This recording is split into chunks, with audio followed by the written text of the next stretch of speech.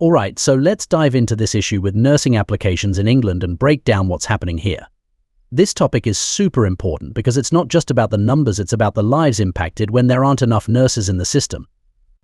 So yeah, let's explore this in more detail and try to understand the different factors and perspectives at play. Okay, so here's the big picture. There's been a really noticeable decline in the number of people applying and being accepted into nursing programs in England. Like, we're not talking small numbers here. Some regions are seeing up to a 40% drop in successful applications. That's a huge hit, especially in places like Northeast England, where the decline has been the steepest. Right? And this isn't just happening in one area, it's pretty much across the board. You look at regions like Yorkshire and Humberside, southwest England, the southeast, and even London, and all of them are reporting declines, some as high as 25%. The Royal College of Nursing RCN, which is the largest union for nurses in the country, has been raising alarms on this, pointing out the major regional disparities in these declines. Yeah, it's troubling because every one of those regions has its own health needs, and a reduction in nursing students today means fewer nurses tomorrow. Now, if we dig a bit deeper into the why, right? One big issue here is the financial strain on students. Nursing education, as you can imagine, is intense, both in terms of time and resources. There are hefty tuition fees, not to mention the living costs, which many students struggle to cover. It's no wonder then that some potential applicants are rethinking if they can even afford to pursue this path. The RCN has pointed out that the current model for nursing education is broken. They're saying that students who are willing to work in the NHS after graduation should receive financial support in the form of tuition forgiveness and support for living expenses to help make this career choice more feasible. Yeah, makes sense, right? So, let's take a moment to really think about what this means in the big picture. With this ongoing decline, the NHS is already struggling with tens of thousands of unfilled nursing positions.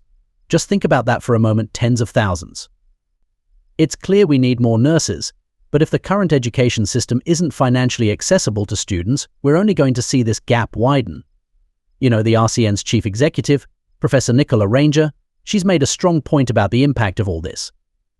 She's saying that the financial burden on students is a real deterrent.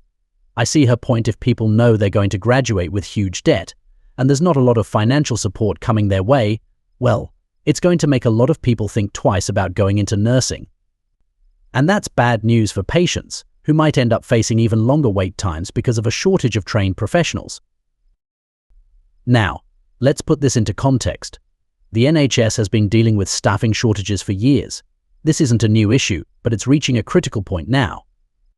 The government has just launched a 10-year plan to reform the NHS, which includes a goal to increase the number of nurses from around 350,000 to 550,000 by the 2036-37 period. That's a huge goal, and it's going to take a lot of effort and investment to get there. The problem is, the current trend in nursing education is going in the opposite direction, with application and acceptance rates declining. In fact, over the past 2 years, there's been a consistent drop in the number of students accepted into nursing programs. Just last year alone, the drop was around 13%, and that's what Labour, the opposition party, has been calling incredibly concerning. They're seeing this trend as a serious issue that needs immediate attention. The RCN has even run some forecasts, and they're saying that based on current trends, we'll only see an increase of around 1,000 nursing students by 2029 compared to a decade ago. Now, when you put that next to the figure of more than 31,000 unfilled nursing posts in the NHS today, it's clear that the projected increase isn't nearly enough. So yeah, we're looking at a pretty major gap here that could continue to grow if things don't change. So, okay, what's the solution? The RCN has been vocal about the need for a dedicated funding model for nursing students that addresses their unique needs. They're calling for things like loan forgiveness for those who choose to work in the NHS after they graduate. The idea is that this could encourage more people to consider nursing as a viable career option, knowing that they won't be saddled with unmanageable debt. And let's be real, nursing isn't an easy job. It requires a lot of dedication, and the work is both physically and emotionally demanding. So, if we want to attract more people to this profession, we've got to make it more accessible. Right, the Department of Health and Social Care has responded to these concerns by acknowledging the issues with workforce shortages.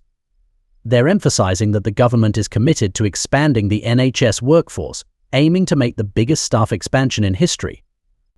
The goal is to bring in more midwives, nurses, doctors, and allied health professionals. And yeah, they're saying it'll take time, which is understandable. But with the current numbers, there's a sense of urgency that needs to be addressed.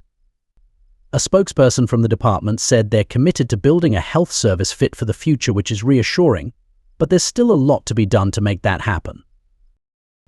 So yeah, there's no easy answer here, but a few things are clear. For one, the current system of funding nursing education isn't working for everyone, especially when students are expected to balance their studies with the financial burden of tuition and living costs. The RCN's idea of loan forgiveness is definitely one way to go about it. It would mean that students who are committed to the NHS could pursue nursing without the looming worry of debt. And HMIT. This isn't just about filling positions, it's about making nursing a respected and viable career path for people from all backgrounds. If we want a health system that's truly sustainable, we have to start with the people who keep it running. There's also this idea that by creating a fully staffed NHS, the government's ambitions for modernizing the health service will be more achievable. The government has set goals to shift more care out of hospitals and into the community, which sounds great, but you need a solid workforce to make that happen. And without enough nurses, that shift just isn't realistic. So yeah, that's where things stand. We're at a critical juncture here. If the government takes decisive action to make nursing education more accessible, it could have a ripple effect, leading to a more robust and resilient healthcare system. But if the trend of declining applications continues, the NHS could face an even more severe staffing crisis in the years to come. And that, ultimately, would impact patients, the very people the NHS exists to serve. Thanks for watching our video. Please hit the bell icon and subscribe the channel. Thank you.